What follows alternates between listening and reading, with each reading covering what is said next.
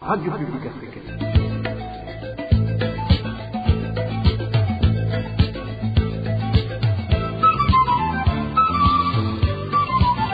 Radio Publique Africaine.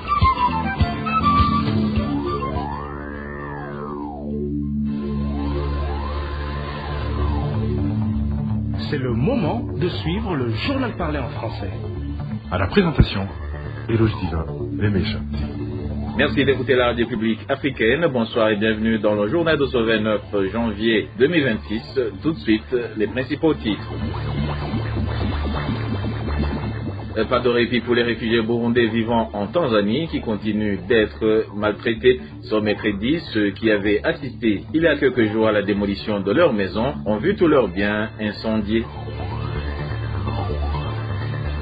Et puis une somme estimée à 25 milliards de francs burundais va être utilisée pour démarrer les travaux de réhabilitation du marché central de Bujumbura au mois de mars. Cela a été déclaré ce mardi par le porte-parole du gouvernement du Burundi, qui a également précisé que le gouvernement compte donner plus de la moitié de cette somme. Et enfin, plus de 30 Imbonerakure sont sous les verrous depuis 2 semaines dans le cachot du commissariat de police à Chibitoke. Selon nos sources, l'une des accusations qui pèsent sur ces Imbonerakure est le fait de faire traverser clandestinement des ressortissants congolais par la rivière Rusizi. Au bonsoir, démarrons ce journal par la page réfugiés. Les réfugiés burundais vivant dans le camp d'Onduta en Tanzanie continuent de subir des actes de violence. Après la démolition de leurs habitations, ce mercredi 28 janvier 2026, leurs biens ont également été incendiés. Parmi les objets détruits figurent de petits abris qui tentaient de réhabiliter, des vivres, des ustensiles de cuisine, ainsi que d'autres. Dine Karondo nous fait le point. Après la démolition de leur maison, depuis quelques jours, ces réfugiés tentaient de réparer leurs abris afin de se protéger de la pluie. Cependant, hier, ces installations ont de nouveau été incendiées. Selon notre source, l'acte a été commis par Octavia, l'agent de renseignement dans le camp de Douta, en compagnie de policiers. Raconte notre source. C'est vers 10 heures qu'Octavia, accompagné de policiers, est arrivé dans la zone 17. Les personnes installées à proximité de la route ont vu leurs habitations et leurs biens incendiés.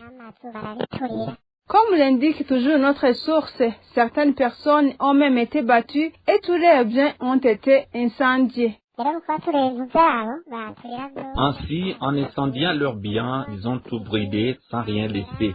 Télévision, matelas, vivres, vêtements et même les tentes, tout a été réduit en cendres. D'après les informations que j'ai entendues, ils seraient venus avec de l'essence qu'ils répandaient afin que le feu prenne bien. Certaines personnes ont également été battues. J'ai aussi appris que 2 personnes qui vivaient dans cette localité ont été amenées, l'une résidait dans la zone 10 et l'autre dans la zone 17, des quartiers voisins séparés seulement par une route.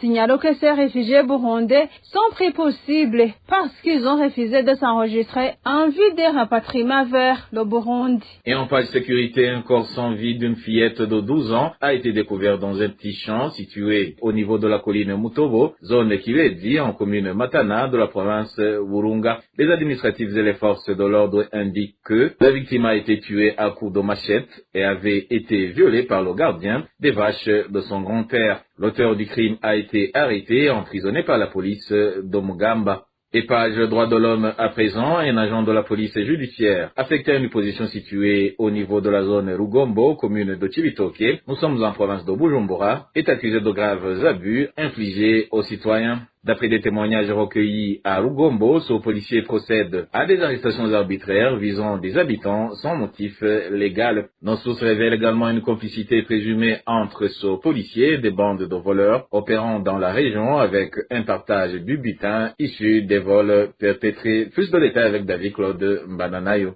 Cet officier de la police judiciaire qui fait le bon et mauvais temps à Rugombo est connu sous le nom d'Office Mucho Faraja et fait l'objet de vives dénonciations de la la part des habitants de la zone Rugombo en commune de Cibitoke. D'après des témoignages concordants recueillis sur place, il est impliqué dans de nombreux abus contre la population locale. Il lui est notamment reproché de procéder à des arrestations arbitraires sans qu'aucune enquête préalable ne soit menée. Certaines personnes sont en outre détenues durant le week-end dans le but présumé de leur soutirer de l'argent en échange de leur libération. Ces accusations ne proviennent pas uniquement des civils. Les policiers travaillant avec lui confirment également qu'il est responsable d'exactions répétées dans la zone de Rugombo.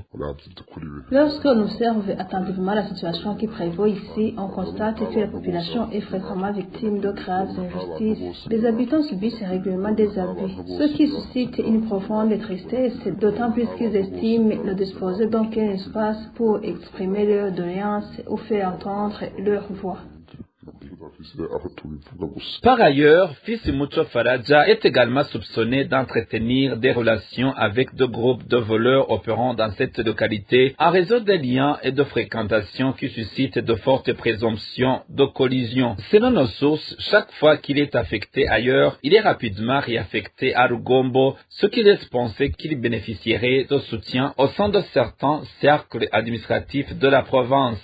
Face à cette situation, des habitants de Rugombo ainsi que certains policiers demandent qu'il soit traduit devant la justice pour répondre des faits qui lui sont reprochés ou à défaut qu'il soit muté vers un autre poste. Et je vous le disais en titre, 35 Imbonerakure sont détenus depuis 2 semaines dans le cachot du commissariat de police à Cibitoke. Selon nos informations, ces Imbonerakure sont accusés de collaborer avec des personnes impliquées dans le commerce illégal ainsi que de faire traverser clandestinement des ressortissants congolais par la rivière Rusizi. Ces arrestations interviennent après la mise en garde du gouverneur de la province de Bujumbura qui avait déclaré que toute personne impliquée dans ces pratiques sera considérée comme ennemi du pays. Dani Latrumva nous en dit plus. Les 35 Imbonerakure arrêtés ont été interpellés il y a 2 semaines. Parmi eux, 15 proviennent de la colline Nyamitanga, commune Bukinanyana, 12 de la colline Rukena et 8 de la colline Rusiga, commune Cibitoke. Ils ont tous été arrêtés alors qu'ils faisaient passer des marchandises de contrebande, notamment du carburant et des pagnes, tandis que d'autres ont été appréhendés en train de faire traverser clandestinement des ressortissants congolais qui fuyaient. Ils sont actuellement détenus dans le cachot du commissariat de police de Cibitoke. La traversée clandestine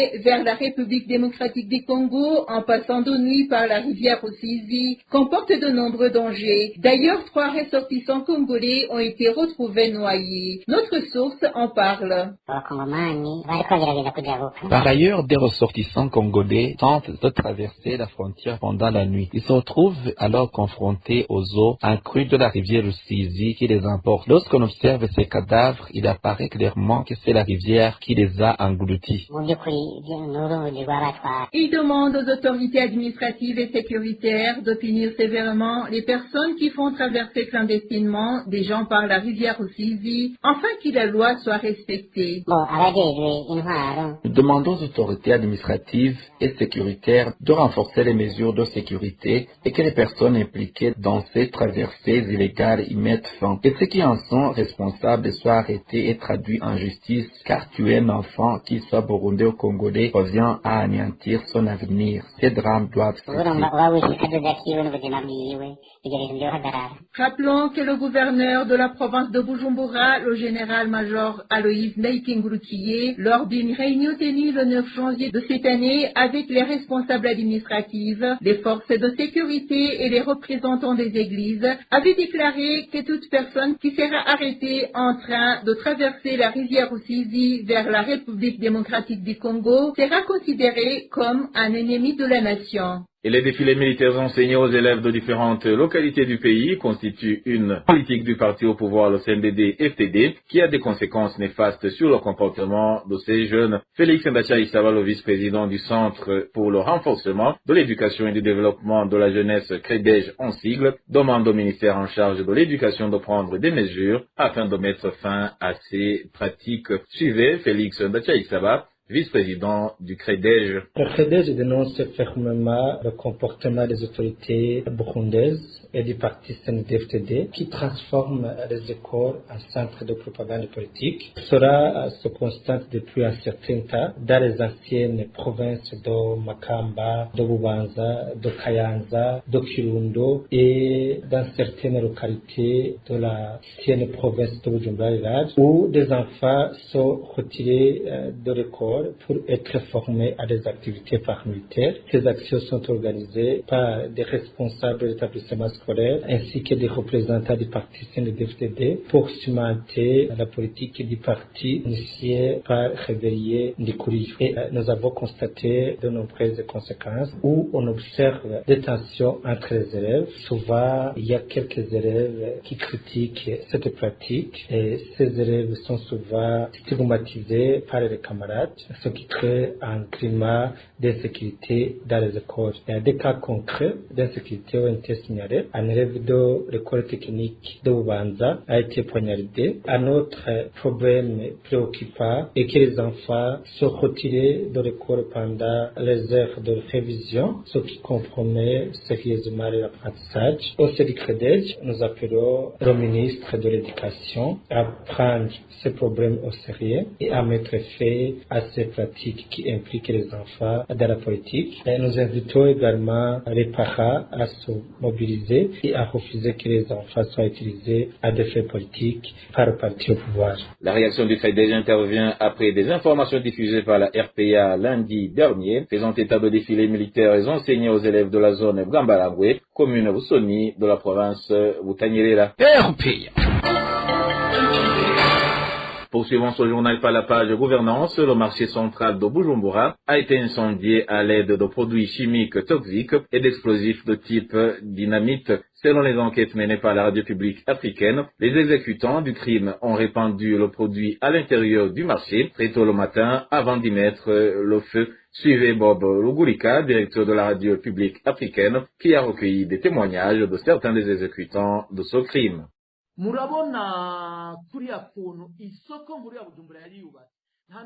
Personne n'a oublié comment était construit le marché central de Bujumbura. Il était en dur, avec une toiture très solide. Alors, pour l'incendier, le major Jean Bosco Nsabimana, qui était connu sous le surnom de Marégos, a d'abord installé des dynamites dans la toiture. Ce sont ces explosifs qui ont détruit la toiture. Aucun feu ne pouvait détruire cette toiture comme nous l'avons vu.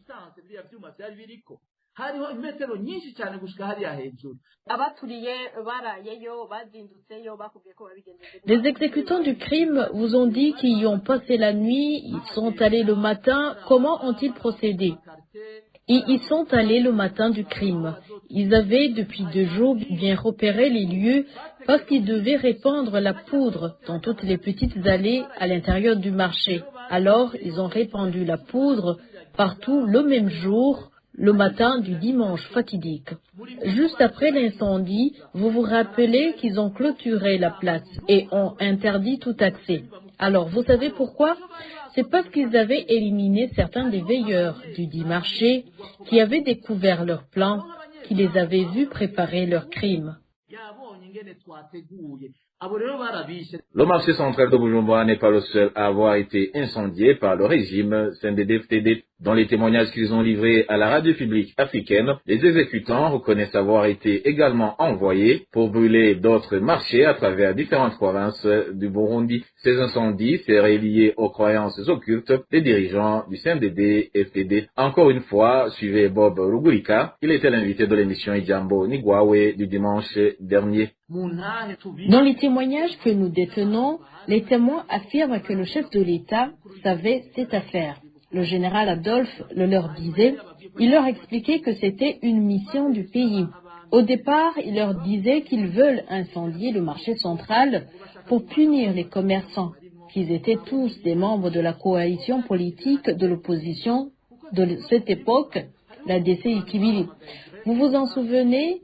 Avant que le marché ne soit incendié, il y a eu un appel à la grève générale dans tout le pays en protestation contre la cherté de la vie. La majorité des commerçants du marché central de Bujumbura avaient répondu à cet appel. Mais par après, nos témoins nous ont expliqué qu'incendier les marchés avait un lien avec les croyances occultes des dirigeants du CNDD-FDD. Leurs féticheurs leur auraient dit que pour que leur pouvoir dure longtemps et soit fort, il fallait appauvrir la population. C'est dans cette logique que les incendies des marchés ont été donc planifiés avec un objectif bien précis. Un de nos témoins a avoué avoir incendié, en plus de ce marché central de Bujumbura, le marché de Gitega, Karusi, Ruyigi, Kayanza, Ngozi. Seulement, le produit chimique acheté au Pakistan n'a été utilisé que pour incendier le marché central de Bujumbura. Ils avaient décidé de le réduire en cendres. Pour les autres marchés, oui, ils les ont brûlés, mais certains commerçants ont pu récupérer leurs marchandises. Et pour ce qui est de la réhabilitation de ce marché ravagé par un incendie en 2013, la somme de 25 milliards de francs burundais est l'investissement initial prévu pour les travaux. Parmi ces fonds, 15 milliards proviendront des caisses de l'État, comme l'a annoncé ce mardi le porte-parole du gouvernement burundais Jérôme Niyonzima. C'était lors d'une interview accordée à la radio BBC. Et bien que le lancement de ce projet soit prévu pour le début du mois de mars de cette année, les délais et le coût exact du projet restent encore difficiles à déterminer, selon le gouvernement. Suivez Jérôme Niyonzima, porte-parole du gouvernement du Burundi. Le gouvernement a suivi de près les conséquences de l'incendie et c'est ce qui a motivé sa décision de relancer le projet de reconstruction du site. Le dit marché n'aura aucune ressemblance avec celui qui a été ravagé par les flammes. Il est prévu de le transformer en un espace comprenant des stands et d'autres infrastructures génératrices de revenus.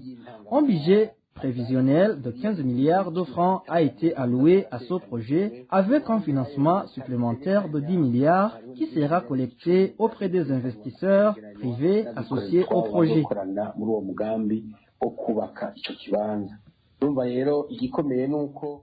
Ce qui est crucial, c'est que les fonds de démarrage sont déjà réunis et une avancée notable est que les travaux devraient commencer d'ici la fin du mois de février ou au début du mois de mars. Actuellement, des discussions sont en cours pour finaliser les contrats de construction, mais ces accords qui impliqueront l'État et les entrepreneurs privés n'ont pas encore été signés. Il faudra donc attendre que les signatures soient apposées avant que des détails précis ne soient rendus publics.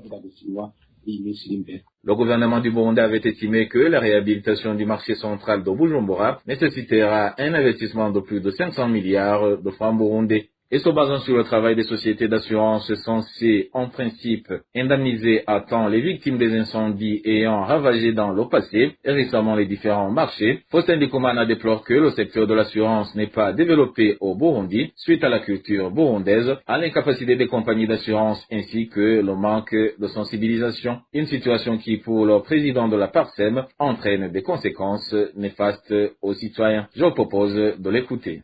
L'assurance vraiment joue un rôle normalement dans le développement économique d'un pays. Les citoyens burundais, les opérateurs économiques burundais devraient le comprendre. Payer une prime d'assurance mensuelle pour que, en fin de compte, quand il y a un risque qui est réalisé, risque incendie ou autre, le dédommagement devient facile. Donc, une sécurité des investissements, l'assurance joue un rôle fondamental. Et des fois même la prime payée annuellement n'est pas élevée.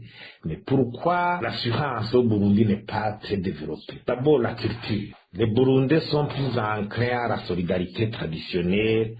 Quand une fois il y a un risque, quand il y a, je dirais, un préjudice qui surgit dans leur vie quotidienne. Ils en appellent toujours à la solidarité traditionnelle. C'est un handicap parce qu'ils considèrent que la prime d'assurance est payée, c'est un vol. Ils ne s'imaginent pas qu'un jour, c'est un jour dédommagé par cette prime d'assurance qu'ils pourraient payer régulièrement. Et surtout quand ils passent une bonne période, 1, 2 ou 3 fois, sans que cet incident arrive. Manque de sensibilisation pour briser ces barrières culturelles psychologique qui affiche vraiment, qui provoque une attitude de réserve par rapport à l'assurance. Mais il y a peu d'engouement du secteur d'assurance pour le Burundi. Faustin Ndikumana appelle ainsi le gouvernement à sensibiliser les citoyens pour qu'ils prennent à temps des assurances, à imposer une loi légale qui renforcerait le secteur des assurances et à obliger les compagnies d'assurance à indemniser leurs clients dans de brefs délais. Suivons encore une fois Faustin Ndikumana, le président de la PARSEM. La mauvaise gestion des compagnies d'assurance qui n'arrivent pas à jouer leur rôle et à être à temps, à secourir à temps, à dédommager à temps leurs clients. Et normalement, il devait y avoir une loi qui oblige, par exemple, les commerçants qui détiennent des places dans tel ou tel autre marché et à souscrire à une assurance. Comme c'est le cas pour ceux qui détiennent les véhicules. Les propriétaires des véhicules sont vraiment obligés à souscrire à une assurance. Il faudrait le faire pour rester parce que l'assurance joue un rôle très fondamental dans le développement. Au niveau micro d'abord, c'est cette réparation immédiate d'une catastrophe ou d'un incident quand un risque est réalisé. Et voilà, chers auditeurs de la radio publique africaine, c'est par ici que le journal de ce 29 janvier 2026 se termine. Merci pour votre écoute et je remercie également mes collègues de la rédaction et ceux de la technique pour leur parfaite collaboration. À la présentation de ce journal, vous étiez avec Eloge Divin Remecha. Je vous souhaite une excellente soirée.